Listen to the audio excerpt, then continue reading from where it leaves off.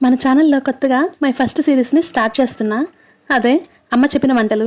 మనం చిన్నప్పుడు అమ్మ వారానికి ఒకసారైనా చేసే ఒక అద్భుతమైన వంట పప్పుచారు. శనివారం అయితే ఖచ్చితంగా ఉంటుంది కదా. ఇది వంట కాదు, మా ఇంటి జ్ఞాపకము. సో అమ్మ ఎప్పుడు చెప్పేది, పప్పు 1 గంట పాటు నానబెట్టుకుంటే త్వరగా ఉడుకుతుంది, అలాగే రుచిగా కూడా ఉంటుందని. క్లీన్గా చేసుకున్న పప్పులో ఉల్లిపాయలు, పసుపు, కొంచెం నూనె వేస్తే పప్పు పొంగకుండా ఉంటుందని చెప్పింది. 3 విజిల్స్ తర్వాత ఉడికిన పప్పులో ఉప్పు, కారము, చింతపండు, అలాగే పులుపు వేసిన తర్వాత కలుపుకోవాలి.